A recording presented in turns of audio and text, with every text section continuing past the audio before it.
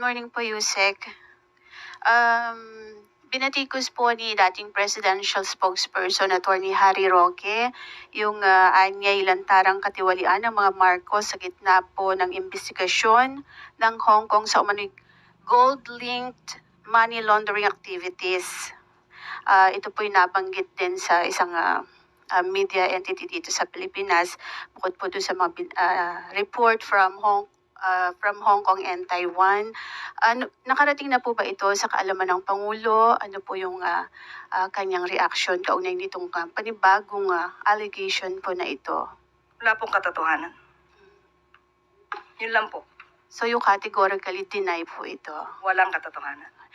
Doon po sa pagdalo ng Pangulo kanina po sa One Cebu rally sa Cebu, yung po ang presensya ng Pangulong Marcos ay sign po ba yun na yung suporta niya kay suspended Governor Cebu Governor Gwen Garcia ay parang sign din na sinusuportahan niya yung paglabag or hindi pagsunod ni Governor Gwen doon po sa kautusan ng Ombudsman? Wala po tayo nakikitang ganun. Yun lang po. Doon po sa nabanggit ninyong 7 pisong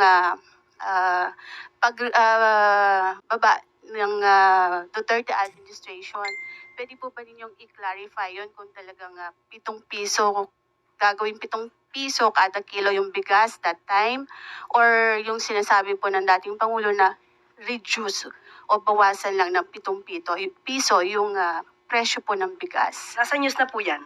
Maaari po niyong i-refer po ang news patungkol po dyan.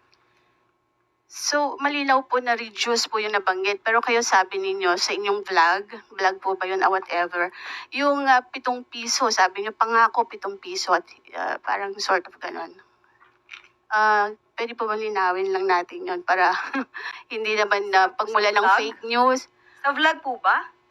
Napanood po sa Hindi po yata yun nabanggit sa press briefing. Opo, hindi po sa press briefing. Parang you're talking na pinapakita niyo pa yung SONA something ni PRRD. Para lang po magkaroon ng sa halip Hindi po yun pahayag ng Pangulo. Nandito po tayo sa ating press briefing para ihayag po ang direktiba, announcements ng palasyo. Hindi po patungkol sa aking pag-vlog. Hindi ba nabanggit ko lang po yung vlog, Yusek, para lang po hindi Miss Eden, pasensya na po, hindi po ako makakasagot ng anumang sinabi ko outside from this press briefing. Kung ano man ang aking naging opinion personal, pag-usapan natin sa labas at hindi dito po. Kasi po parang makaka-apekto rin po dun sa mga ng Pangulo na medyo iba yung nababanggit. Opo, Miss Eden, kung ano po ang inyong pakay patungkol po dito. Inuulit ko po, ang aking pag-vlog ay wala pong kinalaman ang palasyo, ang Pangulo at ang gobyerno.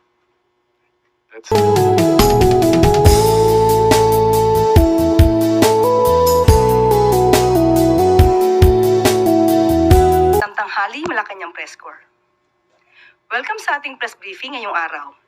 Simulan natin sa magandang balita na dala ng administrasyon ni Pangulong Ferdinand R. Marcos Jr. sa bagong Pilipinas.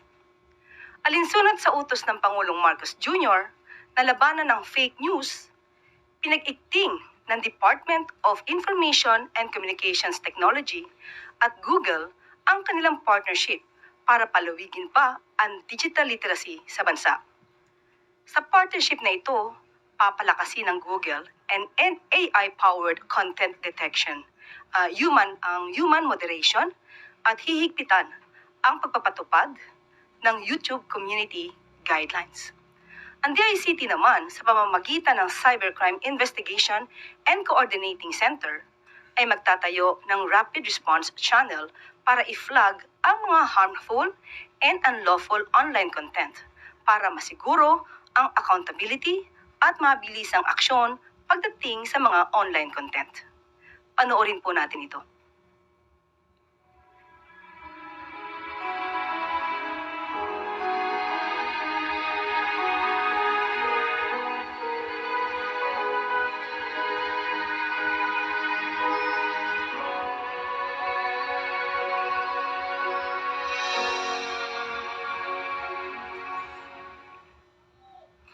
Isang good news, kaugnay pa rin sa labanan ng kontra fake news bilang patuloy sa pagsusulong ng katotohanan at responsableng komunikasyon para sa bagong Pilipinas, para sa isang ligtas at responsableng Digital Philippines, inilunsad ng Philippine National Police ang The War for Truth at ang Joint Anti-Fake News Action Committee o JAFNAC, katuwang ang Presidential Communications Office sa pangunguna ni Secretary J. Ruiz.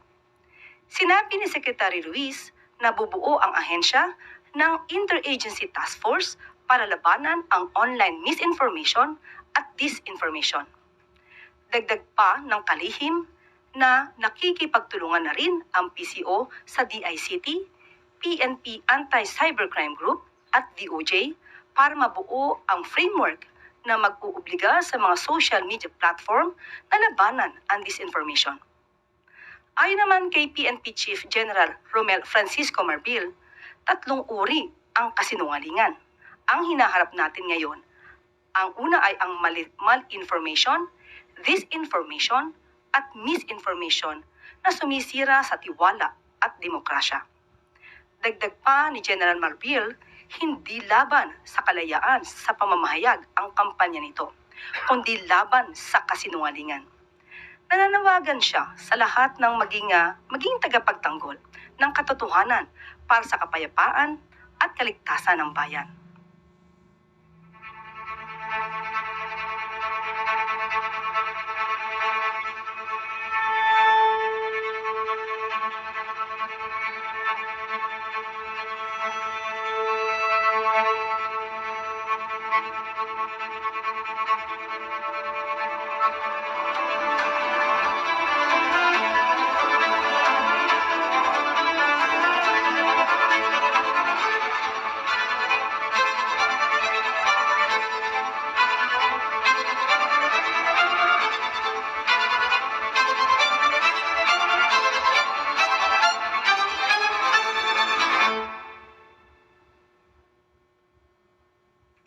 At ito po ang mga good news natin ngayong araw.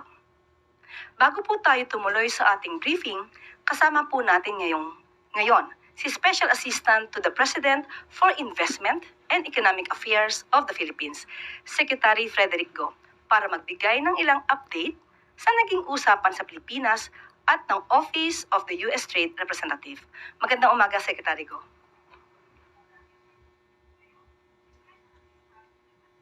Magandang hapon sa inyong lahat. May dalawang good news po ako sa inyo ngayong hapon. Unang-una po ay kakabalik ko lang galing sa Washington, D.C. kung saan po ay nakipag-meeting kami sa U.S. Trade Representative. Kasama ko po si DTI Secretary Chris Roque at si Ambassador Babes Romualdez. During the meeting, we were able to raise all the matters that have been brought up to us by our stakeholders, by the export industries dito po sa Pilipinas. At ang magandang balita po ay I think our discussions were very productive and I believe that the meeting went extremely well. Ang second good news ko po ay ang Luzon Economic Corridor po ay tuloy na po. Marami po nagtatanong the last 2 months kung ano nangyari dito. Nakatanggap po kami ng kasulatan galing sa U.S. Trade and Development Agency na approved na po ang loan ng Subic-Clark Manila-Batangas Rail. Thank you. I'm open for questions. Chloe Hofana, Business World. Good afternoon po, sir. Sir, last week po you said na you made sure to put the welfare of local industries at the center of the negotiations. Sir, what specific local industries were central to the negotiations and how were their interests safeguarded during the talks? Kabilang po ba dito yung semiconductor industry? Well, I'll answer your question. And the first industry we discussed and where we spent the most time on was the semiconductor and electronics industry. Dahil po ito yung number 1 export po natin sa Amerika. Pangalawa po, tinake up din natin ang coconut industry. Napakahalaga po ng coconut industry sa atin dahil Ito po ang #1 agricultural export natin sa Amerika. We also took up the matters na dinala sa amin ng garment industry, furniture industry, at ng food processing industries. Meron din po yung mga automotive parts. So, na-bring up po namin to lahat ng mga concerns and issues ng mga stakeholders natin, and as I said earlier, I believe it was very well received. Sir, were there any unexpected positive outcomes from the negotiations that have the potential to benefit the Philippine economy in the long run? May I ask for your patience na hintayin lang po natin ng siguro outcome po nito. What I can tell you po is that the technical working groups, so the Foreign Trade Office of the Department of Trade and Industry is taking over from here, discussing with their counterparts at the USTR office to be able to work out the details of whatever discussions we have. Sir, last question from me. Sir, what strategies did the Philippine delegation employ to ensure that the welfare of the local industries remained at the forefront of the negotiations? Can I just say that the Philippine team went there very well prepared. We met with all the stakeholders of the various industries before we went. We discussed also with a lot of our other cabinet members po para pagpunta po namin ay napaka-kompleto po ng aming discussions at walang naiwan.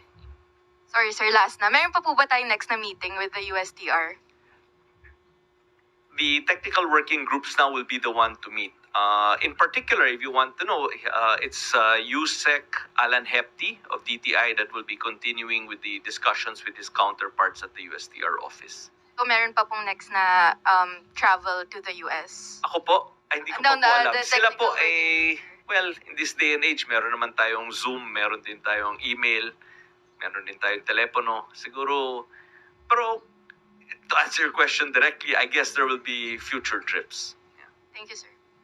Noel Talakay, People's Television.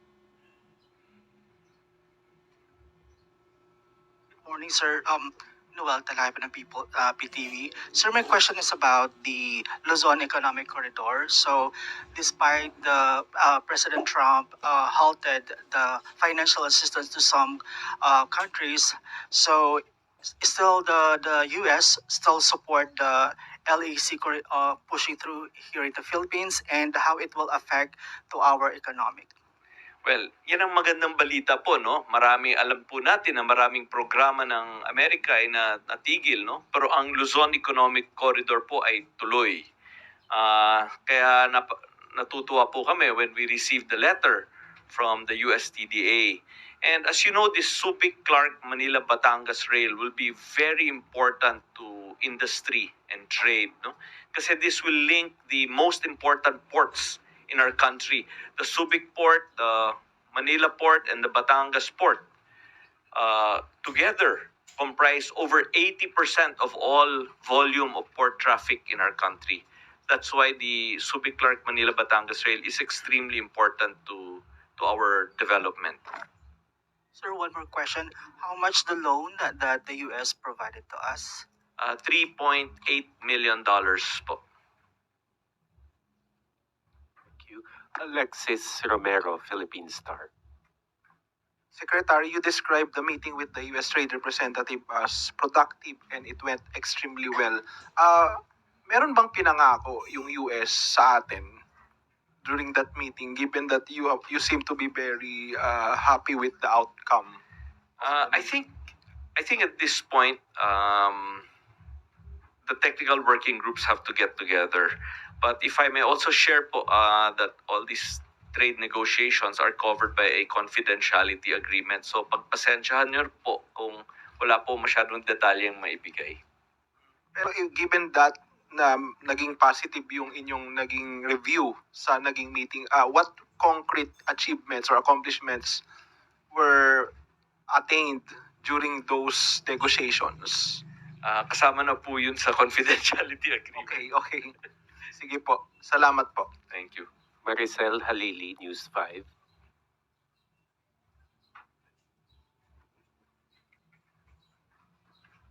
Hi, sir. Magandang umaga. Sir, just one quick follow-up. You mentioned during our last press briefing here in Malacanang na ang best case scenario is magkakaroon tayo ng free trade agreement with the US.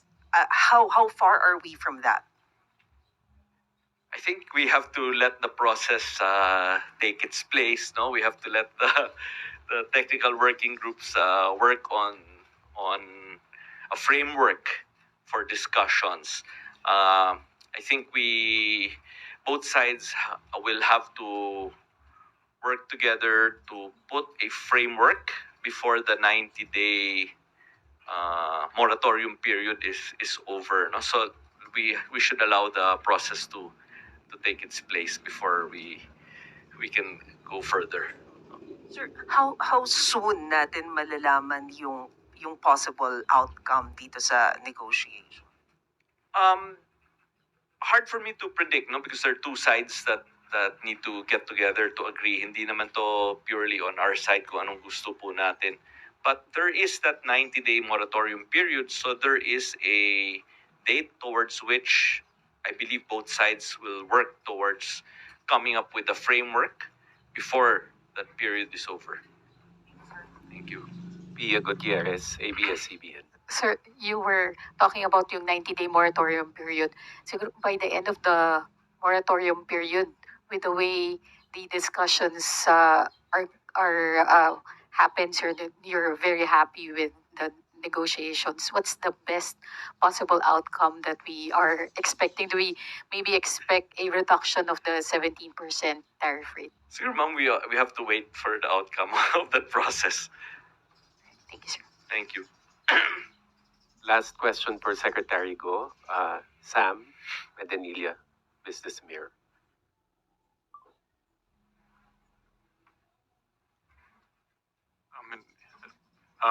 Sir, na-mention po kanina ni Ma'am Pia yung regarding dun sa 17% na kung mababa yung after nung 90-day moratorium, kung bababa yung 17%. So far, wala pa pong naging commitment yung US trade regarding dun sa pagbaba ng 17%. I think, well, if I may just expound a little bit. If you look, many countries have already visited America. No? Nakapunta na dun si Japan, si Korea, si Indonesia, si Malaysia, si Vietnam, etc. etc. At kung susundan niyo pong news, wala pa naman pong kahit sino sa kanila na may conclusion on anything. So with that framework po, as you're very well aware, the meeting I had with the USTR last Friday was our first meeting. So I think it would be reasonable to expect that hindi naman siguro mako-conclude ang negotiations in one meeting. So talagang let's allow the process to take place. Sir, ano na lang po yung nagiging coordination natin with ASEAN? Kasi di ba meron rin pong parang plano yung ASEAN to have a consolidated negotiation with US. I'm not sure it's a consolidated negotiation, but I think the discussions among the ASEAN members continue. Sige. Thank you po. Thank you. Thank you very much. Thank you. Secretary. Thank you very much. Giselle Claire. Thank you, ma'am. Maraming salamat, Secretary Go. At ngayon po ay handa na po tayong tumanggap ng inyong katanungan. Tina Maralit, Manila Times. Good afternoon, ma'am. Ma'am, recently the Philippines achieved its highest ranking in 21 years in the World Press Freedom Index, as reported by the Reporters Without Borders. This was mainly attributed to the government's boosted efforts to address media-related threats and attacks. Your comment on this? Yes, definitely. That's good news. The President is delighted with that latest ranking of the Philippines in relation to its upholding the press freedom. Okay, it shows that the President respects one's right of expression and the responsible journalism. So maganda pong ito po ay maganda po na naipapakita ng Pangulo na the President is not gearing towards dictatorship. Malaya po ang pamamahayag na nakikita po natin sa kasalukuyan. Ma-follow-up lang po. How can the present administration, particularly the Presidential Communications Office and other relevant agencies, ensure that that the rights of media workers in the country are upheld and recognized? Lalo na po kamakailan, unfortunately, may napas lang pong isang veteranong mamamahayag. Katulad po, noong pa pong 2024, ipinangako naman po ng Pangulo. And I quote, ang sabi po ng Pangulo, "Be assured that we are doubling down on our commitment to protect our journalists and to uphold press freedom. We stand with you, hand in hand, in this fight." So hanggang ngayon po, 2024 po yan sinabi ng ating Pangulo. At ngayon po ay nakita niyo po ang nagiging resulta. Paiigtingin pa po ng ating Pangulo, ng administrasyon, ang kalayaan sa pamamahayag. Asahan niyo po yan. Thank you, ma'am. Clay Pardilla, People's Television. Good afternoon po, Yusek. VP Sara Duterte calls the complaint against Congressman Pulong Duterte a part of the administration's political attacks. Your reaction po? As I have said during the last press briefing, that the Vice President should have at least leveled up in her discussions, in her responses in certain issues. But it seems that she never heard anything in regard to that. Or she just refuses to listen. Hindi siya nag-level up. Mas parang bumaba pa. Inuulit niya muli ang kanyang mga excuses na pamumulitika, politicking. Kung ito ay patungkol sa inyong kapatid, sinabi niya po sa interview, hindi pa niya nakakausap si Congressman Pulong Duterte. At malamang ay hindi niya rin po nadinig ang interview sa kanyang kapatid. At ito po ay nasama na po sa news. At and I quote, sa Tagalog po ito, pero he said it in Cebuano. Sa akin mga kapatid na Davaoenyo, ngayon nakita nyo na naman ang video. Matagal-tagal na yon nangyari. Sige lang, decision nyo po pa rin kung sino ang iboboto nyo sa pagka-congressman sa unang district. Di ako makikialam sa ani Duterte sa wikang Cebuano. Cited po ito sa isang news article ng Abante. Now, kung inamin naman po ni Congressman Pulong Duterte, ayon sa kanyang pag-interview, hindi niya tinanggi ang video. Papaano ipapahid ng Vice Presidente ang ginawang ito ng kanyang kapatid sa Pangulo at sa administrasyon? Nabanggit dito na ang pag-hire, pagkuha ng ibang mga kababaihan for their own satisfaction, ang sandaling kaligayahan, bakit ito ibibintang sa Pangulo? Hindi ba dapat sagutin naman na lamang nila kung ano ang complaint? Definitely, Congressman Pulong Duterte is a public servant. He should know his obligations. He should know the laws. He should know what good traits of a leader should be. Or what good traits that a leader should describe himself. Ma'am, follow-up po. How does Malacanang CVP Sara publicly defending Kong Pulong and their history of siding with figures involved in serious crimes like Pastor Kibuloy, who's facing sexual abuse and human trafficking charges?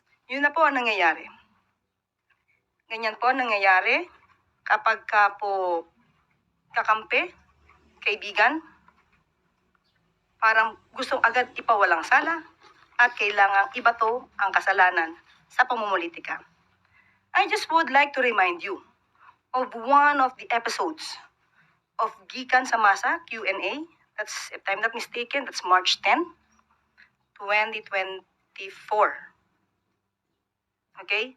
When the president was interviewed by certain media personnel or vloggers, Pastor Kibuloy admitted that he was once complained of illegal conversion land.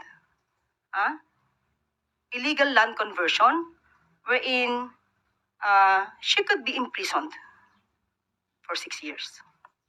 Ang sabi po ni Pastor Kibuloy, nagpapasalamat siya kay Mayor, or tinawag niyang Tatay Digong, Mayor Digong, dahil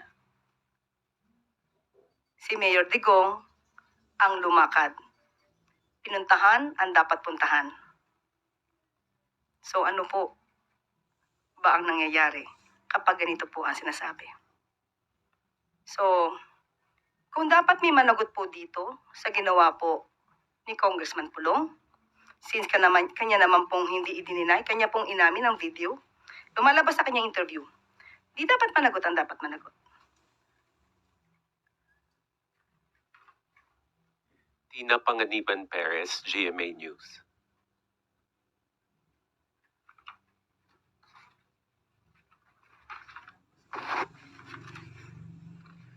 Good afternoon po, Isek.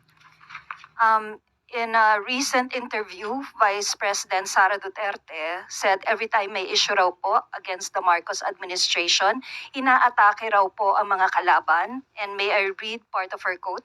Merong namatay sa Amerika at nandoon sa loob ng kwarto si First Lady Liza Marcos at nandoon sa police report. Cocaine yung sinasabi nagkalat doon sa kwarto na yon, ay bigla na lang nilang hinila, kinuha, dinukot si Pangulong Duterte. Your comment po, ma'am. Sa kanya pala lang galing ang fake news. Siya pala ang source ng fake news na ito na pinapakalat laban sa unang ginang, kay First Lady. Unang-una po, kailangan pa ba natin paniwalaan ang mga ganitong klaseng istorya na nanggagaling sa Vice Presidente? Tandaan po natin, dumating si First Lady sa Pilipinas, March 10, 2025. Kung gusto niya pong alamin yan bilang Vice Presidente, may records po yan. March 11, nagkaroon po ng event si First Lady with the representatives of Girl Scouts of the Philippines. That's May 11, 2025. Pwede po ba natin ipakita? Yan. Makikita po natin na kasama niya ang ilan sa mga representatives ng Girl Scouts of the Philippines. Nandiyan po si Dr. Cristina Lim Yuson, National President, Mrs. Teresita Gonzalez, GSP Central Board Member, at si Mrs. Rosaline Davadilla, National Executive Director. March 11 po, nang naaresto or dinala ang dating Pangulong Duterte sa ICC. Paano po ito maiko-correlate kay First Lady? Samantalang March 11, nandito na siya sa Pilipinas, kasama ang sinabi po natin mga representatives ng Girl Scouts of the Philippines. Ito po, ang sinabi ni VP Sara, ay walang paggalang sa pamunuan, sa organisasyon ng Girl Scouts of the Philippines. Pinapalabas niya na ang event na to ay hindi nangyari. Bilang Vice Presidente, hindi po ba dapat inalam niya muna kung itong mga taong pong itong nabanggit ko from the Girl Scouts of the Philippines ay totoong nagkaroon ng meeting sa ating First Lady.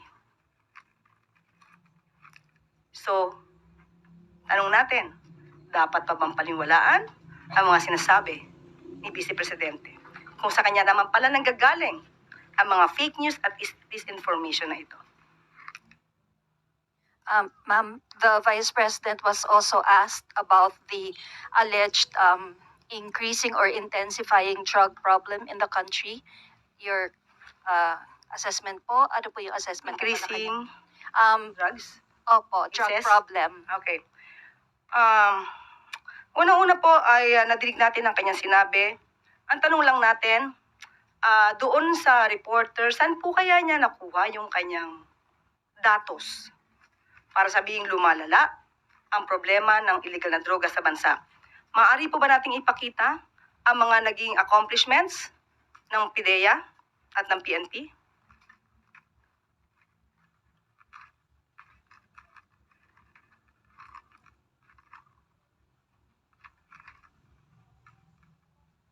Makikita niyo po sa screen kung ano po yung mga nangyari at naging accomplishments po ng PIDEA at PNP.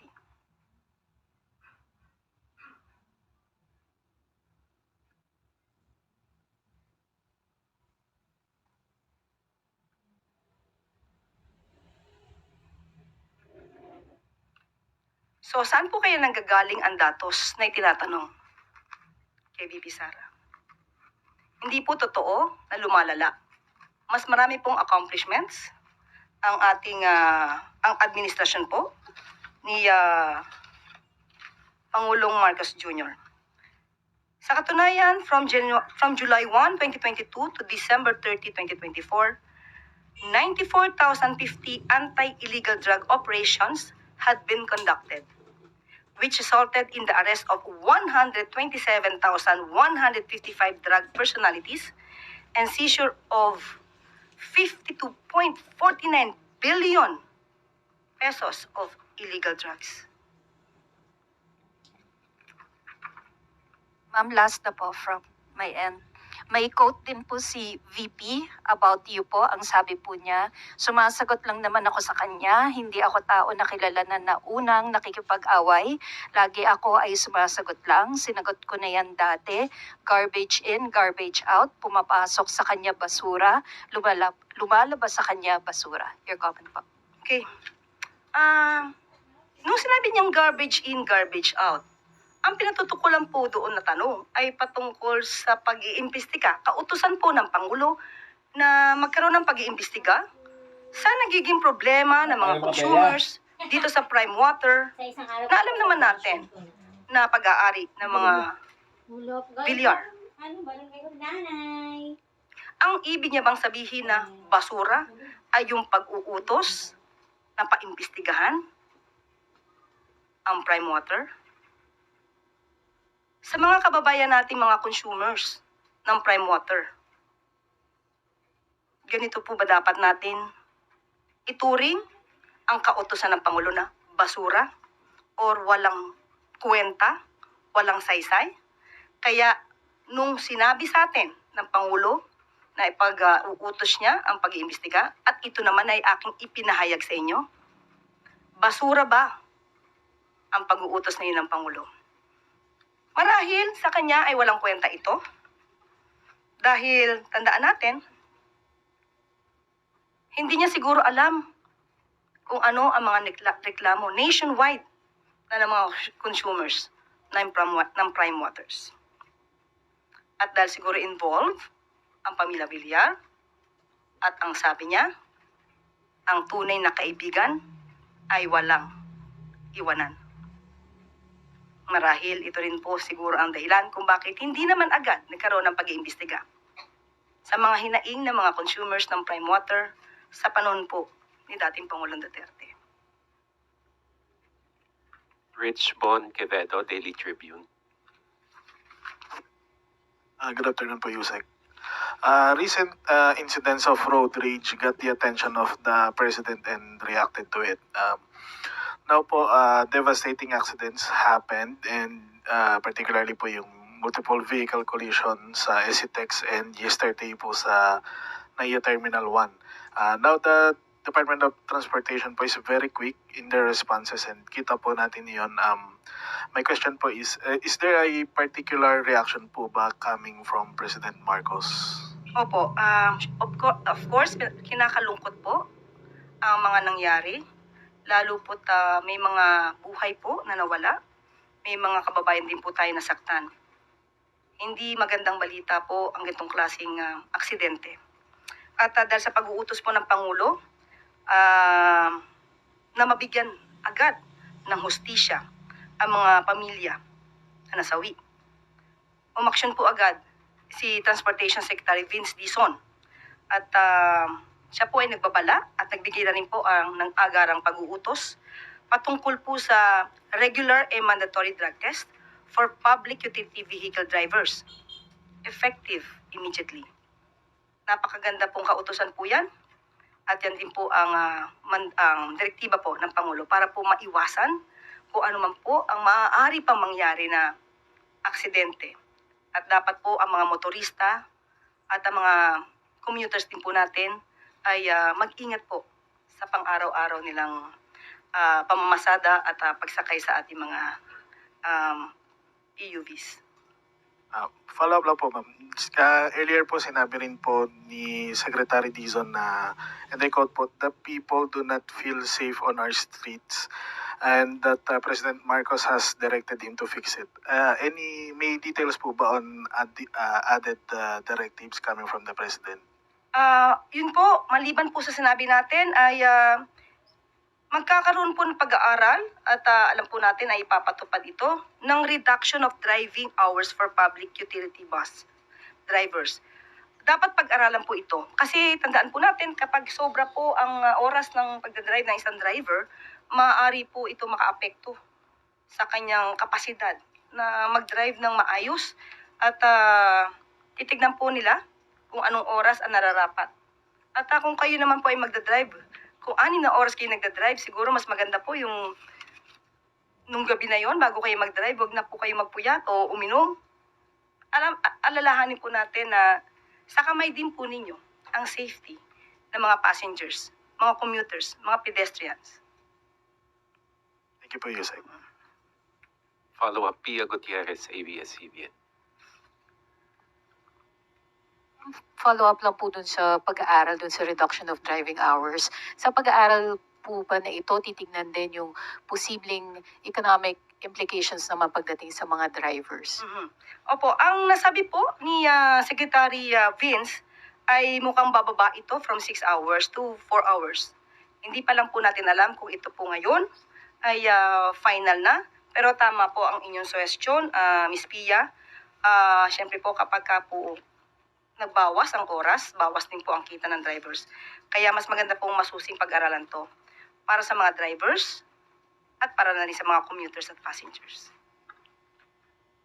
Christian Yosores, Radyo 630.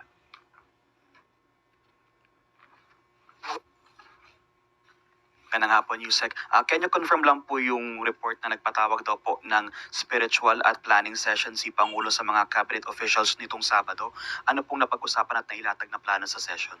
Well, maganda po kasi nagkakaroon din po ng mga pagsasama-sama ang Pangulo at ang kanyang mga cabinet secretaries. Opo, nagpatawag po noong Sabado at of course nabigyan sila ng spiritual guidance para sa kanilang pagtatrabaho, hindi lang para pang bilang isang public servant, kundi para bilang isang individual. At hindi makakalimutan ni Secretary Sani Angara ang sinabi ng Pangulo. And I quote, "Walang tulong o pabor ang masyadong maliit para sa publiko at para sa isang kalihim ng departamento. God is in the details." End quote. So maganda po ang nangyari pong ito dahil unang-una po very light moment naman po ang nangyari at may paggagabay po spiritually. One follow-up lang, ma'am. Pero meron po bang ibinilin or specific instruction si President sa mga cabinet officials, lalo na po ngayon na we're halfway na po ng administration? Unang-una, hindi po siya kasi cabinet meeting. Of course, pag-uusapan kung paano ba maipapatupad ang anong dapat ipatupad para sa taong bayan. Pero aside from that, it's more on spiritual guidance ang nangyari po. Tuesday New DZBB. Hello ma'am, pwede pong maitanong ko sino po yung spiritual personality na nag-conduct sa kanila ng spiritual guidance? Dumating po si Father Tito Kaluwag. Opo. And how long po yung duration ng spiritual guidance? Sa ngayon po, wala po akong detalye kung gaano katagal ang nangyari pong spiritual session. Eden Santos, Net 25.